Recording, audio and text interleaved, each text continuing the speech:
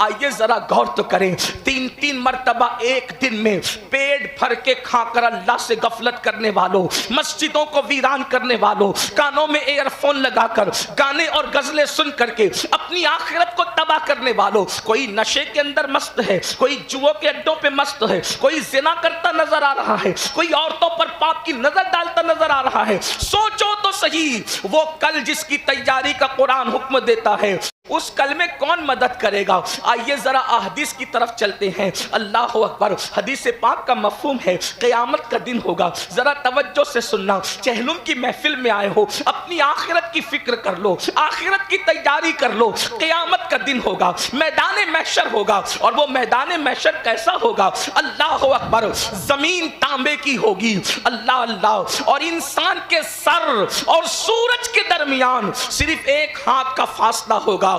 آج سورج چوتھے آسمان پر ہے اور پیٹ کی طرف سے چمک رہا ہے، اس دن پیٹ کی طرف سے نہیں چمکے گا، اس دن چہرے کی طرف سے چمکے گا، اور کتنی دور پہ ہوگا؟ انسان کے سر اور سورج کے درمیان صرف ایک ہاتھ کا فاصلہ ہوگا، زمین تانبے کی ہوگی۔ پسینے کا حال یہ ہوگا، کوئی ٹخنوں تک پسینے میں ڈوبا ہے، کوئی گھٹنوں تک پسینے میں ڈوبا ہے، کوئی کمر تک پسینے میں ڈوبا ہے، کوئی گلے تک پسینے میں ڈوبا ہے، کوئی پسینے میں ڈبکیاں لے رہا ہے، کسی کا پسینہ منہ تک آ گیا ہے۔ اللہ اکبر، یہ کیفیت ہوگی اس ماحول میں، کوئی کسی کا پرسان حال نہیں۔ اللہ اللہ، ایک بیٹا ناکام ہوگا اللہ کے امتحان میں، اللہ اس کو مہلت دے گا، جا ایک نیکی کی ضرورت ہے، اگر تو ایک نیکی مانگ کر کسی سے لے آ تو میں تجھے جنت عطا کر دوں۔ دھیان سے سننا، غفلت کی مارے ہو، غفلت میں زندگی گزارنے والوں، آج بڑی آسانی سے لوگ کہہ دیتے ہیں ارے مولانا قیامت میں جو ہوگا دیکھا جائے گا۔ یاد رکھو، کیا دیکھو گے قیامت میں؟ آج ہمارے ممبروں سے کچھ نادان لوگ یہ بات کرتے ہیں ارے محشر میں تو جو ہوگا دیکھا جائے گا۔ میں کہتا ہوں میرے بھائی، ہم کیا دیکھ لیں گے؟ یاد رکھنا، شاعری کی دنیا الگ ہے، حقیقتوں کی دنیا الگ ہے، لفاظیوں کی دنیا الگ ہے، حقیقتوں کی دنیا الگ ہے۔ آؤ محشر میں کیا ہوگا قرآن اور حدیث کی روشنی میں سن لو، اور ہو سکے عرس چہلم کی محفل میں آنے والوں، اللہ والوں کے قدموں میں آنے والوں، ذرا غور اور فکر کر لو، ہم نے آخرت کے لیے کیا روانہ کیا؟ ایک بیٹے کو حکم ہوگا، جا ایک نیکی کی کمی ہے، اگر ایک نیکی تو لے کر کے آئے ہم تجھے جنت عطا کریں گے۔ بندے کے لیے وہ سوچ کا مقام ہوگا، اس موقع پر، اس مقام پر ایک نیکی کون دے سکتا ہے؟ اس وقت تو اس کو خیال آئے گا، میں بطور مفہوم بات پیش کر رہا ہوں، اس وقت تو اس کو خیال آئے گا پوری کائنات میں اگر سب سے زیادہ مجھ سے کوئی پیار کرتا تھا، مجھ سے کوئی محبت کرتا تھا، وہ میری امی تھی۔ جب میں مایوس ہوتا، میری پیشانی پر مایوسیوں کی لکیریں دیکھتی تو ماں اپنا دوپٹہ میرے پسینے سے پوچھتی، میرے پسینے کو دوپٹے سے پوچھتی۔ کسی نے کہا تھا اور بہت اچھے انداز میں کہا تھا، میں نے روتے ہوئے پوچھے تھے کسی دن آنسو، میں نے روتے ہوئے پوچھے تھے کسی دن آنسو، آج تک دھویا ہی نہیں ماں نے دوپٹہ اپنا۔ ماں کتنی مشفق ہے، اللہ اکبر، وہ اپنی اولاد کے چہرے پر مایوسیوں کی سلوٹیں نہیں دیکھ سکتی۔ ایک ماں اپنا پورا شباب اپنے بچے پہ قربان کر دیتی ہے، ایک ماں اپنا پورا شباب اپنے بچے کے لیے قربان کر دیتی ہے۔ جو لوگ جوان ہوتے ہیں کیا سمجھتے ہیں جوان کہ یہ جوانی یوں ہی آتی ہے؟ دو شخصیتوں کی جوانی جب کسی بچے پر قربان ہوتی ہے تب کوئی جا کر کے شباب کو پہنچتا ہے، تب کوئی جا کر جوانی کی دہلیز پہ قدم رکھتا ہے۔ اللہ اکبر، اس کو خیال آئے گا کہ میری ماں تھی جو میرے لیے کڑوے گھونٹ پی لیتی تھی، غموں کے گھونٹ پی لیتی تھی، میری خوشی کے لیے غموں کے گھونٹ پیتی تھی۔ اللہ اکبر، میں اگر بستر پہ پیشاب کر دیتا، گیلے پر ماں سوتی، سوکھے پہ مجھے سلاتی، جس نے اپنا لہو پلا کر کے دودھ کی شکل میں مجھے بڑا کیا، جس نے 9 مہینے تک مجھے اپنے پیٹ میں رکھا، ماں کا تصور آئے تو بڑی ممتا گھوم جائے۔ زیادہ گفتگو نہ کرتے ہوئے اللہ اکبر، وہ بچہ، وہ بیٹا اپنی ماں کے پاس آئے گا۔ آپ سوچ سکتے ہیں ایک نیکی کی بات ہے، ایک نیکی کیا ہوتی ہے؟ آپ کو بتاؤں، آج اگر آپ کسی کو دیکھ کے، مومن کو دیکھ کے مسکرا دے تو اللہ آپ کو صدقے کا ثواب دے۔ اگر بازار میں جا کر کے آپ پڑھ دے اشہد ان لا الہ الا اللہ وحدہ لا شریک لہ واشہد ان محمدن عبدہ ورسولہ، اگر یہ آپ پڑھ دے تو اللہ پاک آپ کو 80,000 نیکیاں عطا فرمائے۔ ایک نیکی کی بات کیا ہوتی ہے؟ اللہ اکبر، لیکن ایک کہے گا امی میرے غم میری خوشیوں کے لیے تم نے ہر غم کے کڑوے گھونٹ پیے ہیں، ماں آج مجھے ایک نیکی کی ضرورت ہے، امی مجھے ایک نیکی دے دو، ماں آج مجھے ایک نیکی دے دو۔ آپ جانتے ہیں ماں اس دن کیا جواب دے گی؟ اللہ اکبر، حدیث پاک کا مفہوم ہے جب بیٹا قیامت کے دن اپنی ماں سے کہے گا امی مجھے ایک نیکی دے دے، اس وقت ماں کہے گی تو کون ہے؟ میں تجھے نہیں پہچانتی، آج تو مجھے اپنی پڑی ہے، آج تو مجھے اپنی پڑی ہے، میں تجھے نہیں پہچانتی۔ اللہ اکبر، جس دن ماں اپنے بیٹے کو نہ پہچانے گی، جس دن باپ اپنے بیٹے سے بھاگے گا، اس دن کے لیے ہم نے کیا تیاری کی ہے، کیا تیاری کی ہے۔ اگر ہم بے عمل ہوتے تو بھی بات الگ ہوتی، لیکن ہم بے عمل نہیں، ہم تو بد عمل ہیں۔ ایک تو با عمل لوگ ہیں، ایک تو بے عمل لوگ ہیں، اور ہم لوگ بے عمل نہیں بلکہ بد عمل ہیں۔ اللہ اکبر، ہائے ہماری بد عملی، ہم نے آخرت کے لیے کیا بھیجا؟ یہی کہ فجر کی نماز میں ہم نرم نرم گدوں پر سوتے پڑے رہے، یہی جرائم بھیجے، یہی حسن والی عورتوں کو پاپ کی نظر سے دیکھا، نرم نرم گدوں پہ لیٹ کر زنا کی فلمیں دیکھی، زنا کی گندی پکچریں دیکھی۔ اللہ اکبر، یہی آخرت کے لیے بھیجا، حرام لقمے کھائے، وہ حرام سود کا لقمہ جس کے لیے تمہارے میرے سچے نبی نے فرمایا جس نے سود کا ایک لقمہ کھایا اس نے اپنی ماں کے ساتھ 36 مرتبہ زنا کیا۔ کعبے میں زنا کرنے والا اور سود کا لقمہ کھانے والا دونوں برابر برابر ہے۔ اللہ اکبر، کیا بھیجا ہے؟ یہی جھوٹ بولتے رہے، غیبتیں کرتے رہے، کیا بھیجا ہے؟ موت کی تیاری نہیں کی۔ آپ کیا سمجھتے ہیں موت اللہ اللہ اور قیامت کے احوال کے ہے؟ ماں نہیں پہچانے گی، باپ بھاگے گا، دوستوں کا کیا حال ہوگا؟ آپ سوچیں گے چلو ماں باپ کو سپورٹ نہیں کرتے، دوست سپورٹ کریں گے، تو قرآن کہتا ہے الاخلاء یومئذ بعضهم لبعض عدو، کہ جتنے تمہارے پکے دوست ہیں، خلیل کی جمع ہے اخلاء، اور خلیل اس کو کہتے ہیں گہرا دوست، پکا دوست۔ اللہ فرماتا ہے جو تیرے پکے دوست ہیں، گہرے دوست، وہ تیرے دشمن بن جائیں۔ آج خلیل کوئی نہیں ہے کسی کا، توجہ کرنا، آج کوئی کسی کا خلیل دوست نہیں بچے۔ آپ خلیل کی بات کرتے ہیں، یہ جو دوستی ہے یہ سب نوٹنکی ہے، کوئی دوستی نہیں ہے۔ حضرت انس بن مالک سے کسی نے پوچھا دوست کون ہوتا ہے؟ فرمایا اگر کسی کے کندھے پہ ہاتھ رکھ کے کہو چل، اور وہ پوچھے کہاں، وہ دوست نہیں ہو سکتا۔ دوست کی پہچان یہ کندھے پہ ہاتھ رکھ کے کہا چل، وہ چلنے لگے، پرواہ نہ کرے کہ لے کہاں جائے گا، اس کو دوست کہتے ہیں۔ آج تو بھائی بھی ایسا نہیں ہے، آپ دوستوں کی بات کرتے، اور دوست سے بڑا مرتبہ ہے خلیل کا، یعنی پکا دوست۔ پکا بتاؤں دوستوں اور خلیل میں کیا فرق ہوتا ہے؟ انبیاء کی جماعت میں ایک ہی شخصیت ہے جو خلیل ہے، وہ ہے کون؟ ابراہیم علیہ السلام۔ اب خلیل کیسا ہوتا ہے؟ 80 سال کی عمر میں بیٹا دیا، اور پھر بیٹا دے کر کہا نہیں، خواب دکھایا، رکھ دے چھری۔ خلیل نے خواب پر تعویل نہیں کی، بلکہ یار کی مرضی ہے کہ گلے پہ چھری رکھ دی جائے تو ایک لوٹا بیٹا نہیں بلکہ یار کی مرضی دیکھی جائے۔ خلیل اس کو کہتے ہیں۔ یار نے کہا اپنی بیوی کو وادی غیر ذی زرع میں چھوڑ دے، تو کوئی کنتو پرنتو اگرچہ چنانچہ کچھ نہیں، یار نے کہہ دیا بیوی کو چھوڑ دے تو چھوڑ دے۔ یہ خلیل ہے، یہ خلیل ہے۔ اس کے بعد آپ دیکھیں جب آقا معراج سے اتر رہے تھے، توجہ کریں، بڑی خوبصورت، معراج سے اتر رہے تھے تو چھٹے آسمان پہ موسیٰ کلیم تھے، اور 7ویں آسمان پہ ابراہیم خلیل تھے۔ 7ویں پہ پہلے ملاقات ہوئی خلیل سے، پوچھا مبارک ہو، بڑی باتیں کی، بڑی باتیں کی، بڑی باتیں کی۔ اللہ نے کیا دیا؟ کہا 50 وقت کی نماز۔ کہا جائیے مبارک ہو، مبارک مبارک ہو، مبارک ہو، جائیے۔ چھٹے پر آئے، بڑی باتیں میں ملاقاتیں میں کیا دیا اللہ نے؟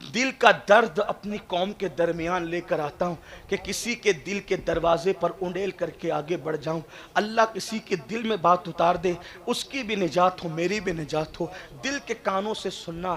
ایک دن فاروق اعظم سیدنا عمر ابن خطاب رضی اللہ تبارک و تعالی, اب سب کی توجہ میری طرف رہے, بہت قیمتی بات ہو رہی, توجہ سب اس طرف رکھے. لوگ آئیں گے جائیں گے, آنے جانے کے لیے محفل ہے, دنیا بھی آنے جانے کی چیز ہے, محفل بھی آنے جانے کی چیز, ہاں, لیکن آپ تھوڑی توجہ رکھیں, اب اپنے جانے کی بات ہو رہی ہے, توجہ اس طرف. سیدنا فاروق اعظم رضی اللہ تعالی ایک دن حضرت کعب احبار سے کہتے ہیں, کعب مجھے ایسی بات بتاؤ جس سے میرے دل میں اللہ کا ڈر اور اللہ کا خوف اور زیادہ پیدا ہو. اب فاروق اعظم خود اللہ سے اتنا ڈرتے تھے کہ مسلسل رونے کی وجہ سے چہرے پر آنسوؤں کا نشان پڑ گیا تھا. یہ فاروق اعظم کی بات کروں, آنسوؤں کا نشان پڑ گیا تھا. اور کون ہے عمر ابن خطاب, جن کو جنت کی بشارت اللہ کے رسول نے دی ہے, ہاں, جس کا پیر ہے محمد الرسول اللہ. ان کے پیر جیسا کوئی پیر نہیں ہے, ان کے پیر جیسے, بلکہ یہ کہا جائے کہ رسول اللہ جیسا کوئی پیر نہیں اور صحابہ جیسے مریدین کی کوئی جماعت نہیں ہے. لیکن صحابہ کرام نے صرف بیعت پر اکتفا نہیں کیا, بلکہ انہوں نے عادت یہ بنائی عبادت کی کہ قرآن ان کی عادت کو یوں بیان کرتا ہے, تراہم رکعن سجدا یبتغون فضلا من اللہ ورضوانا سیماہم فی وجوہہم من اثر السجود, کہ میرے نبی کے صحابہ کی شان یہ ہے جب تم انہیں دیکھو گے یا تو رکوع کرتے دیکھو گے یا تو سجدہ کرتے دیکھو گے, اور رکوع اور سجود سے ان کی مراد کسی کی رضا نہیں, کسی کی خوشی نہیں, کسی کو دکھاوا نہیں, بلکہ رکوع سجود اس لیے کریں گے فضلا من اللہ ورضوانا, وہ رکوع سجود اس لیے کریں گے کہ اللہ کو راضی کر لے اور اللہ کا فضل حاصل کر لے. سیماہم فی وجوہہم من اثر السجود, اور کثرت سجدے کی وجہ سے اللہ نے ان کے چہروں کو چمکا دیا ہے, یہ ان کی شان ہے. تو بہرحال فاروق اعظم جس کا ذکر توریت میں, جس کا ذکر انجیل میں, جس کا ذکر زبور میں, قرآن کی کم و بیش 22 آیتیں فاروق اعظم کے مشورے کی تائید میں اللہ نے نازل فرمائی.